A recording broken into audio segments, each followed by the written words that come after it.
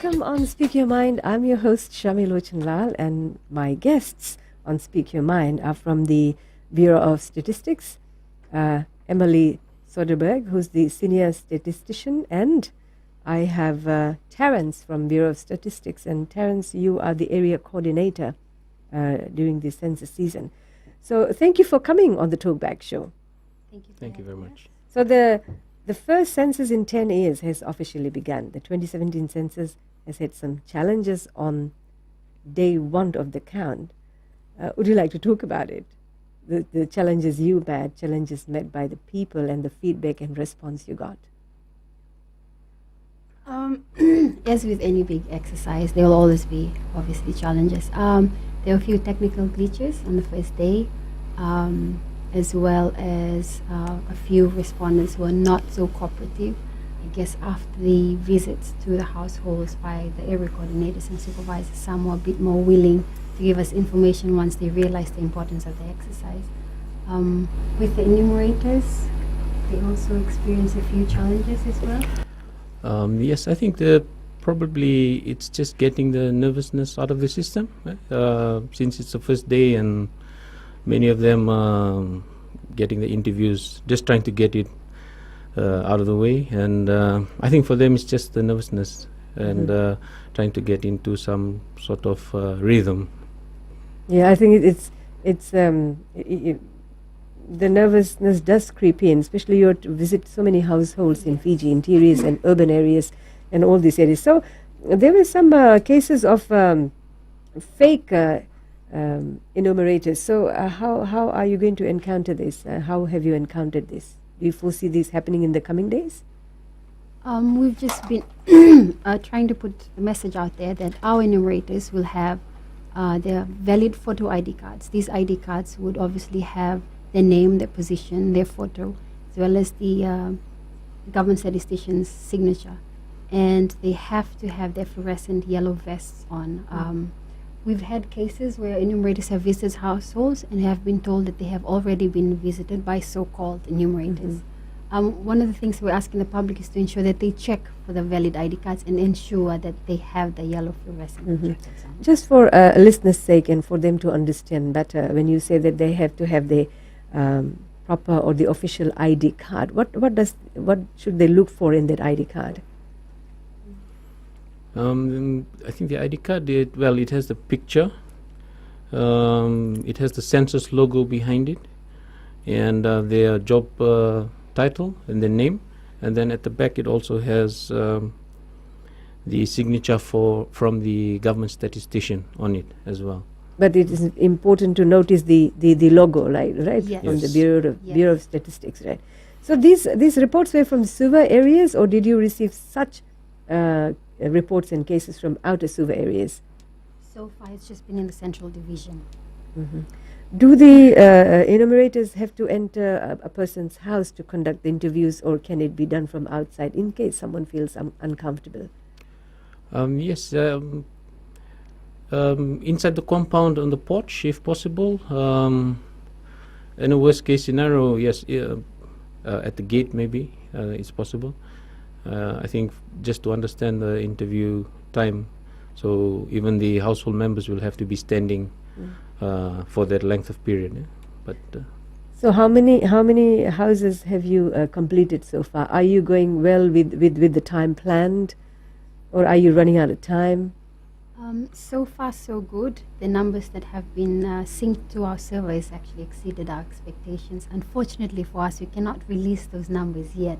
At the moment, we have a few cases where some households have not had their information synced because of network problems. So they will be having all this information on the tablet, and they will have to find a specific spot to have this synced over. So we really can't give out much details on that. Okay.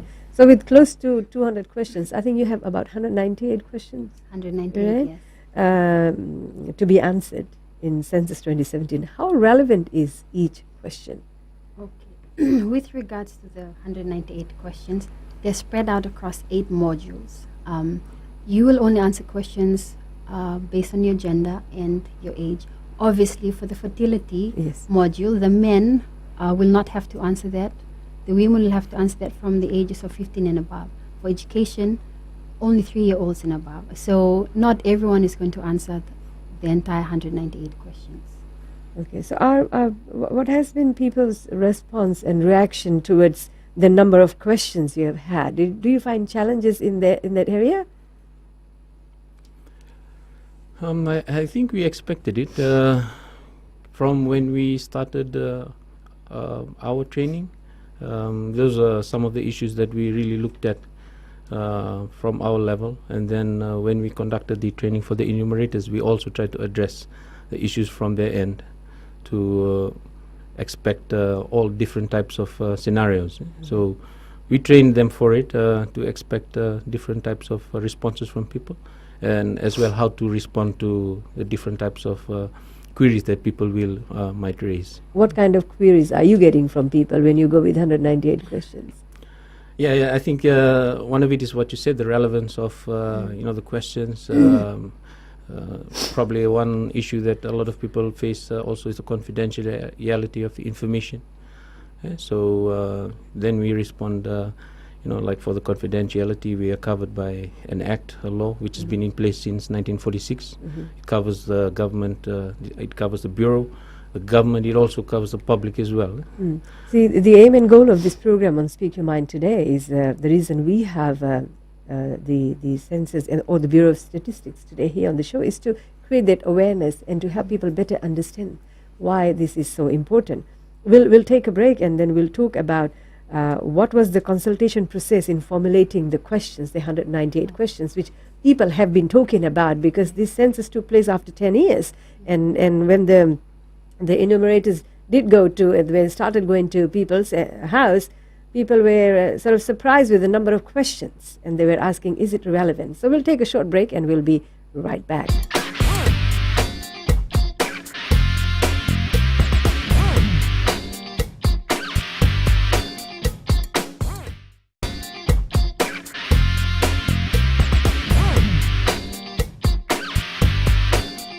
You're on Speak Your Mind, and welcome back on Speak Your Mind. My guests are from Bureau of Statistics, Senior Statistician Emily and Terence, who's also working in the field with the enumerators. Let's go back to the questions, the number of questions. We have 198 questions. What was the consultation process in formulating the questions, and what does the question cover? Okay, thank you, Shami. With regards to the consultation process, so what happened was we had major stakeholders. We had a consultation with major stakeholders that included all the different ministries, RBF, the Central Bank, the University of the South Pacific, Fiji National University, University of Fiji. So we had a user group. We sat down and we asked on their data needs that could be included into the census. Of course, they gave us, a long list, and we had to remind them that the census really is is just there for baseline questions that can then be further developed and used as a frame for their in-depth survey. So there was a wide range of consultation done with the user group, and we got in questions that were relevant for each stakeholder, and whatever was and we used the 2007 census questionnaire as a guide, just for comparison. So did we also use a frame which countries in overseas use? Is it similar to what they do, the number of questions they have, or this is to suit our environment? This was really Fiji? yes, we contextualize it to our. Okay.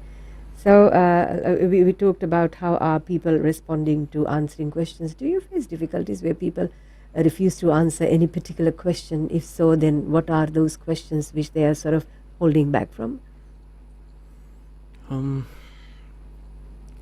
And why is it important for them to answer those questions? Yeah, I think probably in one of the newer, one of the sections which covers the household and income, where respondents are asked to, or not only asked, but to list some of the durable goods in the household. I think that's one of the areas where a lot of people question why, and because they can't see the relevance of giving, why I have 5 or 2, 3 TVs in my house, and other electronic goods. Do they feel that their privacy is Yes, invaded? I think that's one of or- the major concerns that the people give. Yeah. Or is it some kind of an investigation? Because some thoughts might do, and Yes, it's good to also. clarify those Yes. things. Yes. I think what we've done in the training, we've tried to do really well, is to get the enumerators before they enter into one of the modules to explain it first. You know, like, okay, the next lot of questions is regarding fertility and mortality, and some of the questions might be sensitive. We really need to ask these questions because it will help not only the government but other stakeholders to, use the information to help the women or the birth rates. Yes, Yeah? yeah. And then when you explain it that way, respondents, they can understand, and then they feel more comfortable in giving the information across. So going back to that question of like, if you see a household with 2-3 television sets or 2-3 laptops or 2-3 cars, etc., how relevant is this? I mean, how does it help contributing to the census count? How will it help the country for them to give this information? Yeah, I think for that particular module, there's a way to use that information to indirectly calculate wealth at a country level. I think something which it's very good to do when you have a national exercise. So the actual calculation would be, all very accurate, rather than a sample or a smaller survey where you're trying to get you might get a smaller result, and then you are assuming it on behalf of the whole population. Because the census is a national exercise and it covers the whole of Fiji, it's a good time to also use that information to come up with some type of indicators which can benefit Fiji as a whole. So how long does it take a household to answer the 198 questions? How much time should I keep aside for the enumerators? I think it depends too on the size of the household, but probably around between 30 to 45 minutes for the average household size of, say, between 2 to 4 people. For larger families, which may include extended families, maybe from 45 minutes to the maximum of an hour, maybe slightly over.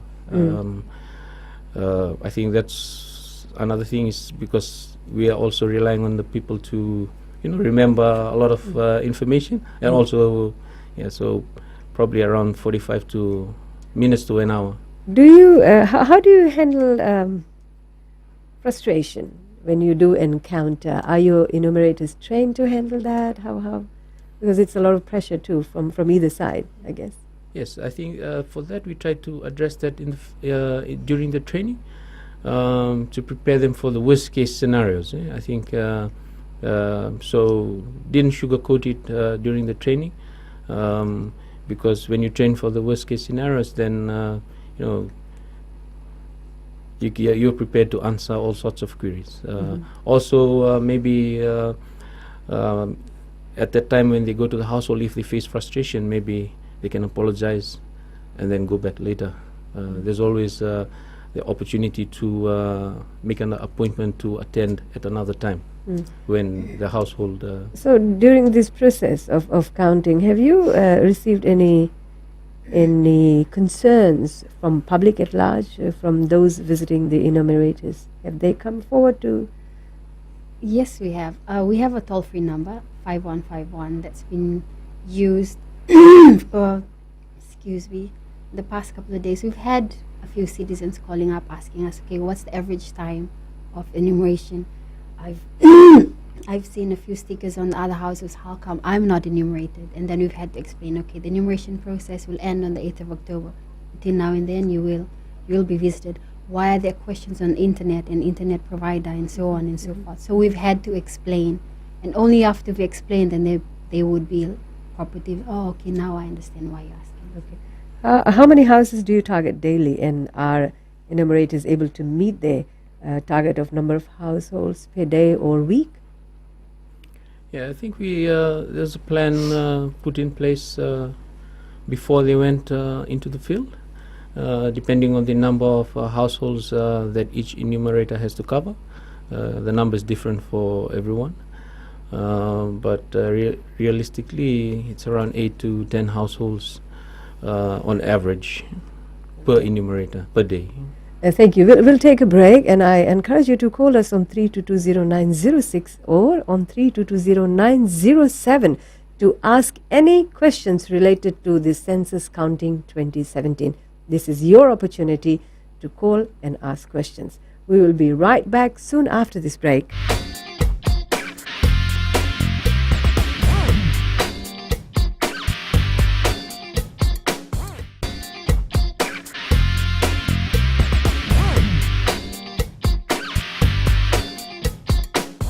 This is Speak Your Mind on Gold FM. I'm your host, Shami, and I've senior statistician Emily on the Talkback Show today with Terence, who is from Bureau of Statistics. Terence, you work very closely with the enumerators, right?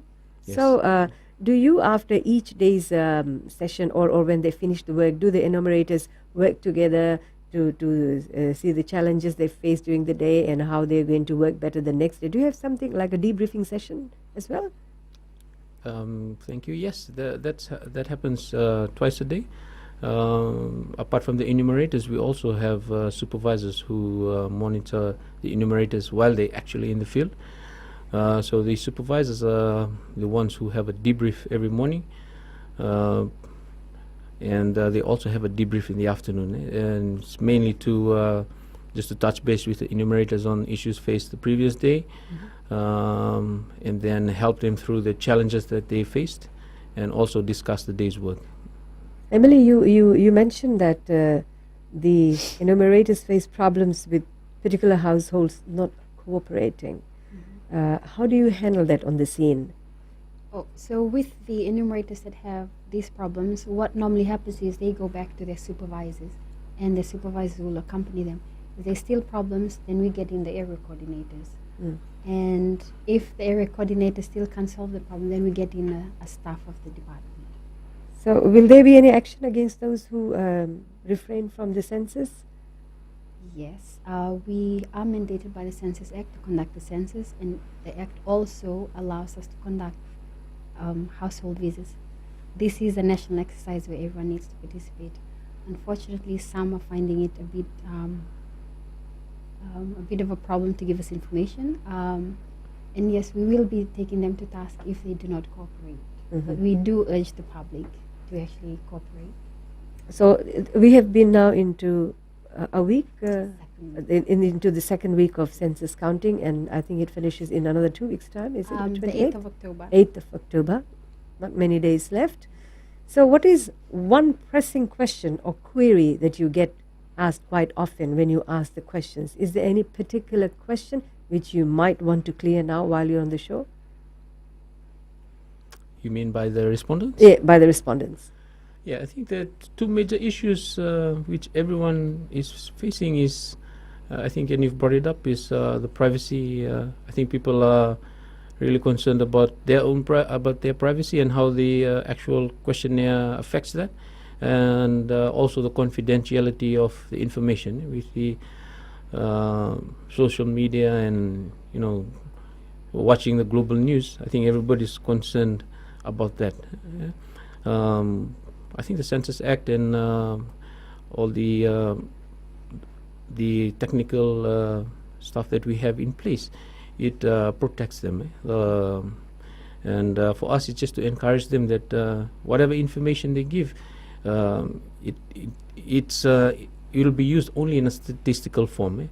And we are not focusing on individual information. Everyone's information is aggregated at the community level, and then at the city level, the province level, and then at the national level. So it's not about the individual, it's about the collective. I think that's why we have our logo, You Matter, Be Counted. It's for everyone to put up their hand and to participate. Do you require any legal document or any kind of ID card from the respondents? To verify information? No, we're relying on their honesty and their integrity and their understanding of how important the census is to give us accurate information. So how important is it for people to give correct details? I think Have you faced a situation where they are not giving correct details or accurate details? Well, not that we know, but yes, we can understand why people might be tempted to give incorrect information. Put it in simple terms, and it's how we explain it to the enumerators when we do the training. The census is like the country taking a medical check or a stock take of the situation at the current time.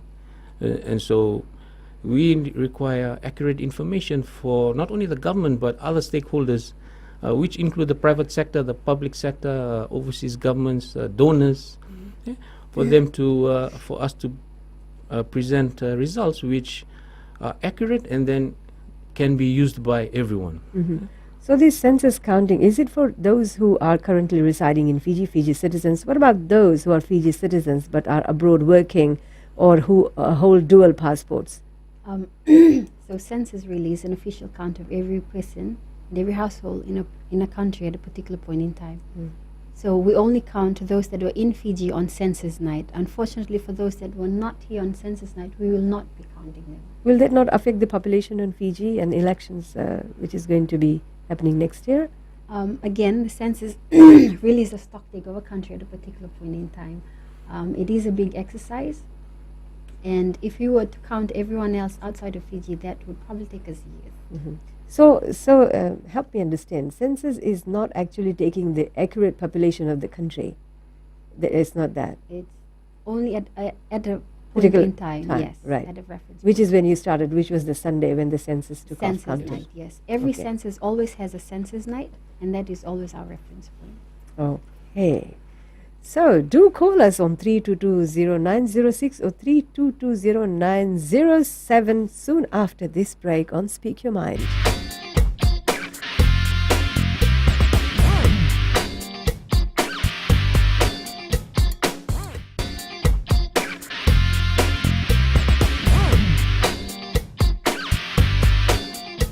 This is Speak Your Mind on Gold FM. Welcome back.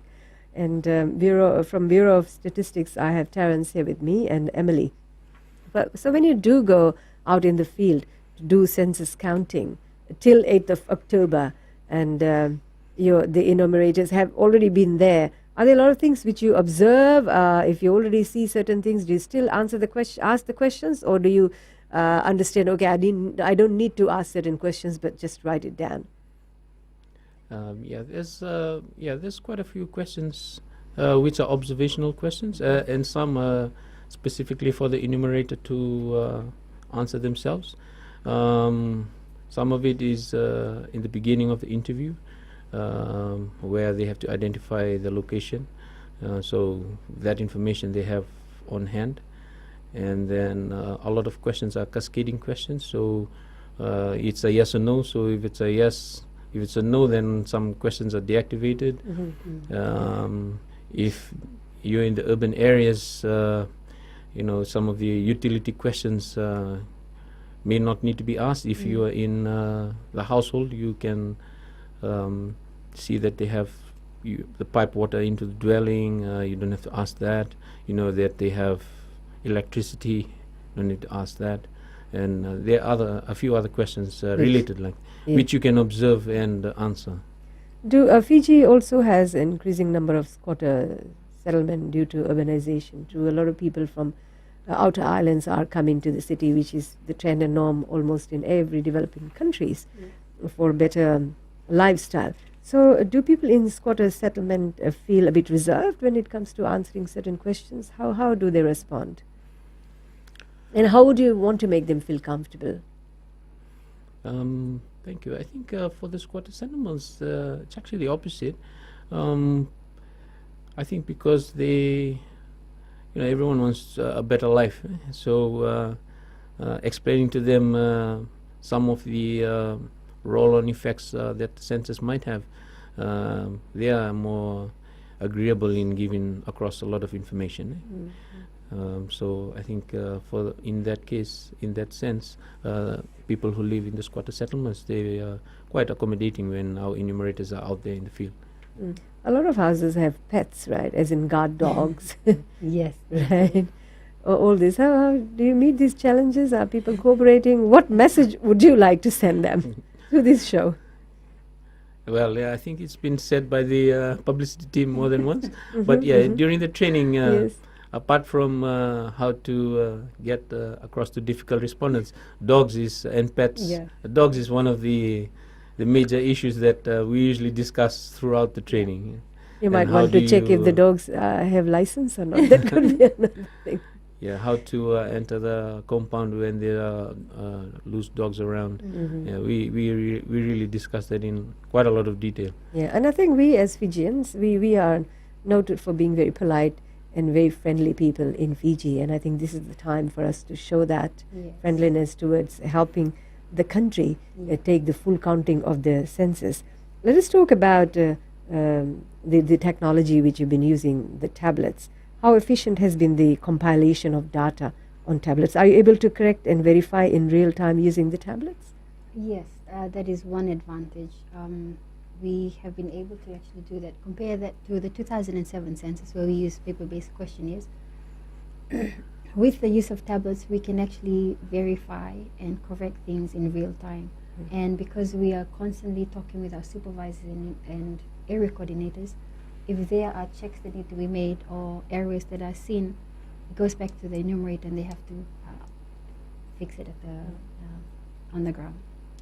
Some areas may have a reach problem with internet. How do you handle that situation? Areas where you're not able to get internet, do you still go ahead with the counting? Yes, we do.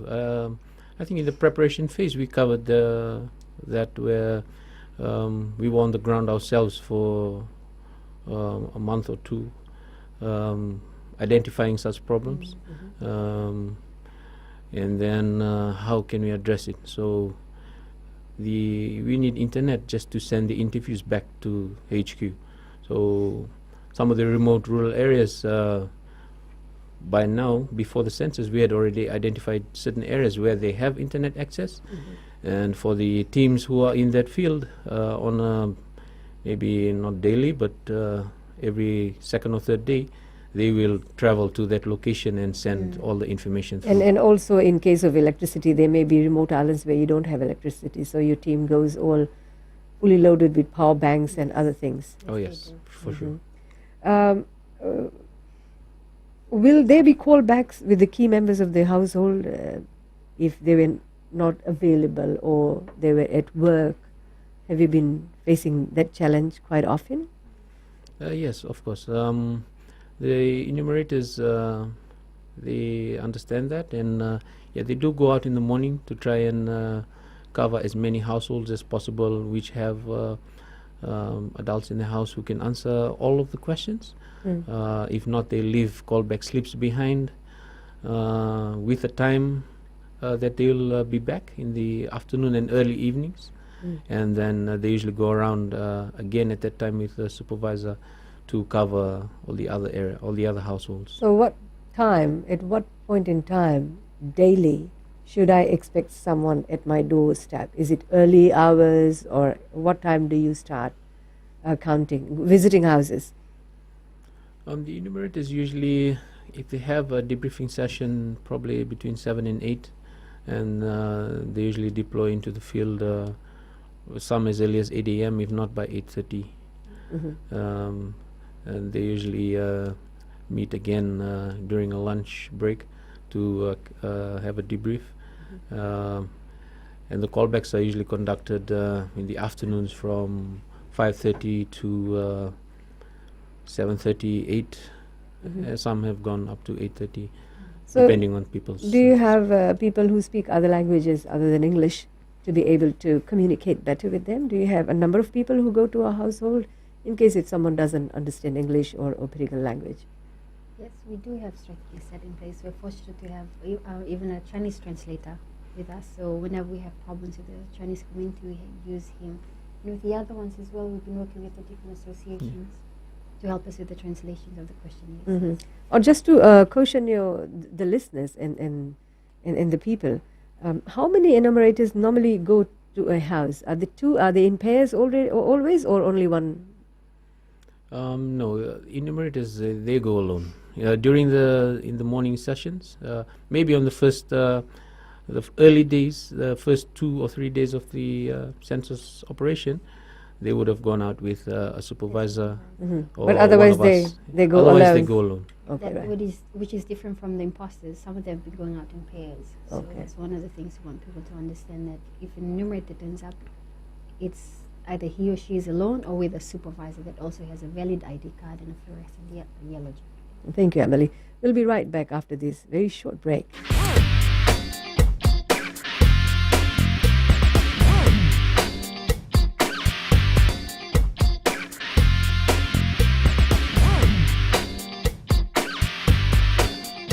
Welcome back on Speak Your Mind on Gold FM. My guests are from Bureau of Statistics. Emily and Terence are here to help us understand census and census counting better, so that we become better respondents in weeks to come. Remember, the count will officially end on 8th October. So Emily and Terence, the United Nations team is here. What will be their role during the period of census? Will they be here throughout the period of census? With the United Nations, there were personnel from the different UN offices here based in Suva. They were there on the field to observe the census process and really just be made aware of the process of the 2017 census. Really. What will entail in the counting process? After the census counting is over, what is going to happen? Okay, so after the counting ends, the information will then be verified, checked.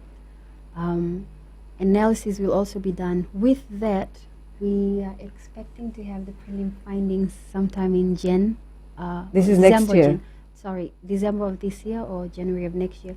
The analytical report should be out sometime mid of next year. So you have a separate of a different employees altogether, apart from the enumerators who will be working in counting process. The analysis team, yes.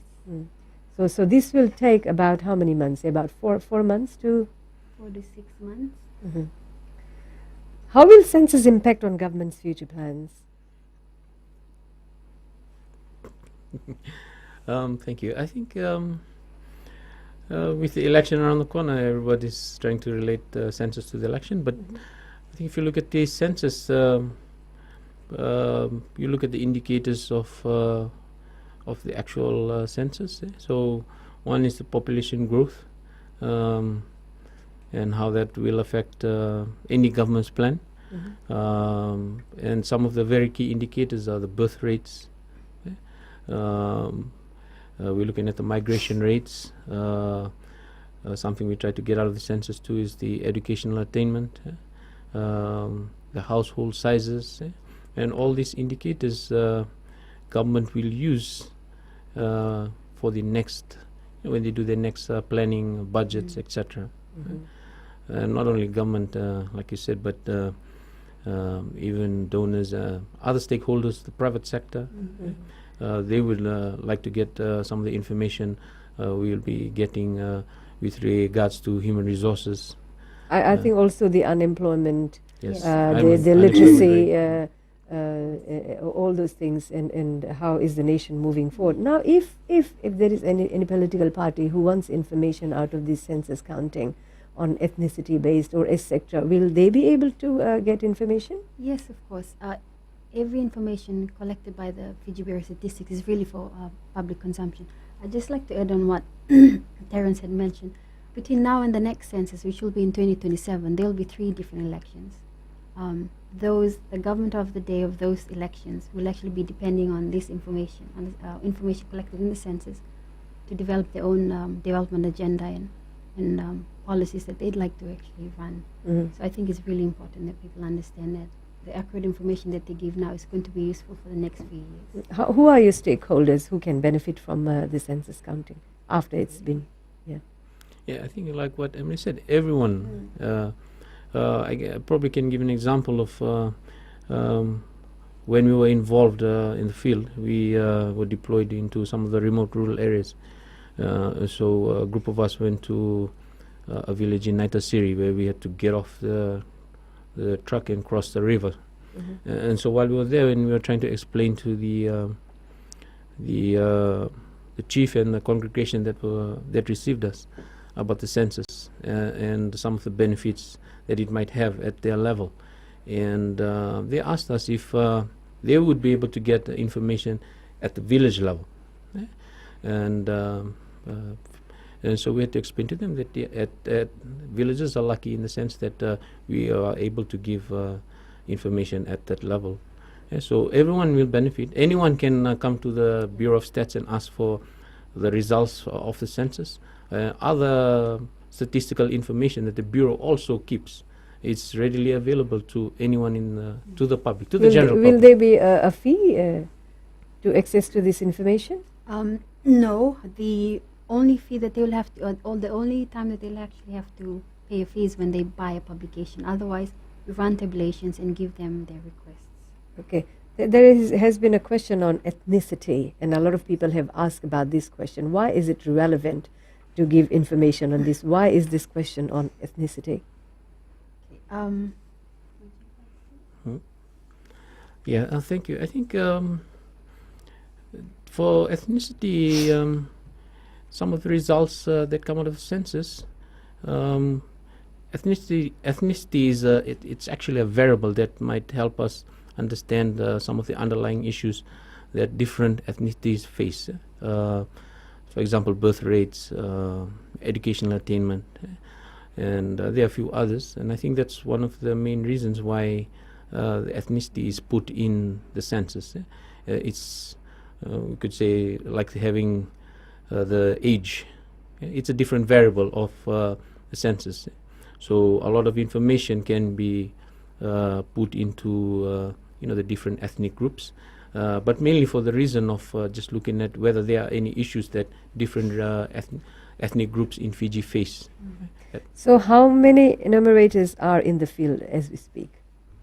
2,156 enumerators. And will they continue to work after the census counting when it is processed, or you'll have a different team working on that? We'll have a different team working on that. The enumerators are only engaged for the enumeration period. Okay. And to conclude the show, would you have any message to, or would like to comment on how important again is census, and when are you going to wrap up? Yes. We actually would like to take this opportunity to thank the public. We've had a lot of people calling us up and asking us as to when they'd be enumerated, ensuring and asking us if they could actually be enumerated.